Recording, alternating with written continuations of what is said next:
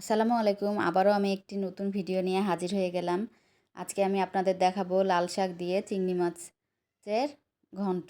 আমি এখানে সমস্ত কিছু কেটে ধুয়ে নিয়েছি, দেখুন মশলাও করে নিয়েছি, পেঁয়াজ মরিচ কেটে নিয়েছি, সামান্য একটু চিংড়ি মাছ নিয়েছি। এখানে আমি আগে থেকে তেল গরম করতে দিয়ে দিয়েছিলাম চুলায়। এখন আমি প্রথমে পেঁয়াজ কুচি দিয়ে দিব। পেঁয়াজটা আমি হালকা একটু নরম করে নিব।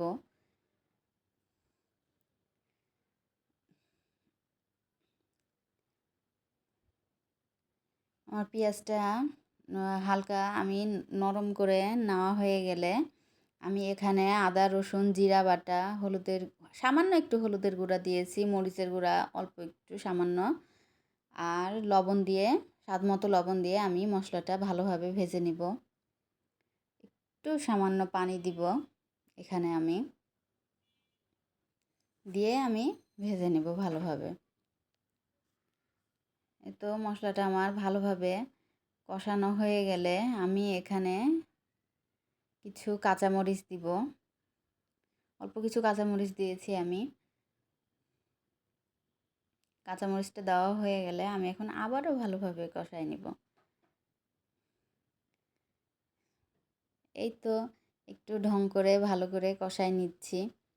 ঢং করে একটু কষানো হয়ে গেলে আমি একটু অল্প সামান্য কিছু চিংড়ি মাছ নিয়েছিলাম, সেই চিংড়ি মাছগুলো আমি দিয়ে দিব এই মশলার ভিতরে।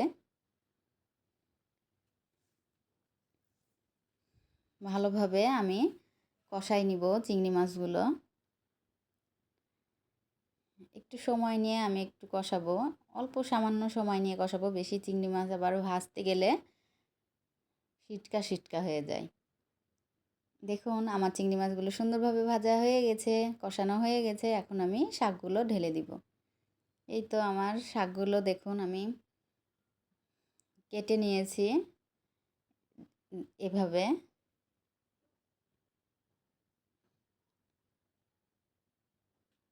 তো শাকগুলো আমার দেখুন নরম হয়ে গেছে, দিয়ে আমি একটু নাড়াচাড়া করে নিব। সিদ্ধ কিন্তু এখনো হয়নি, এখনো অনেক সময় লাগবে সিদ্ধ হতে। দেখুন পানি এখন হাঁটু ভর্তি হয়ে গেছে শাকের ভেতরে। এই হাঁটু ভর্তি পানিগুলো এখন জাল দিয়ে মেরে ফেলবো।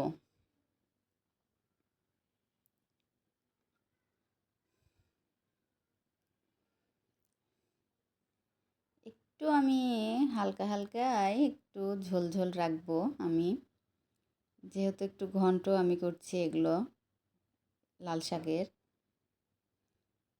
এই তো দেখুন আমার লাল শাক রান্না হয়ে গেছে, হাঁটু ভর্তি ঝোলও নাই হয়ে গেছে। এই তো আমার রান্নাটা কেমন হয়েছে সবাই অবশ্যই কমেন্টে জানাবেন। কে কোথায় থেকে দেখছেন অবশ্যই বলবেন। লাইক কমেন্ট এবং সাবস্ক্রাইব করতে ভুলবেন না। রান্নাটা আসলেই খুবই সুন্দর হয়েছে, খেতেও খুব মজা হয়েছে।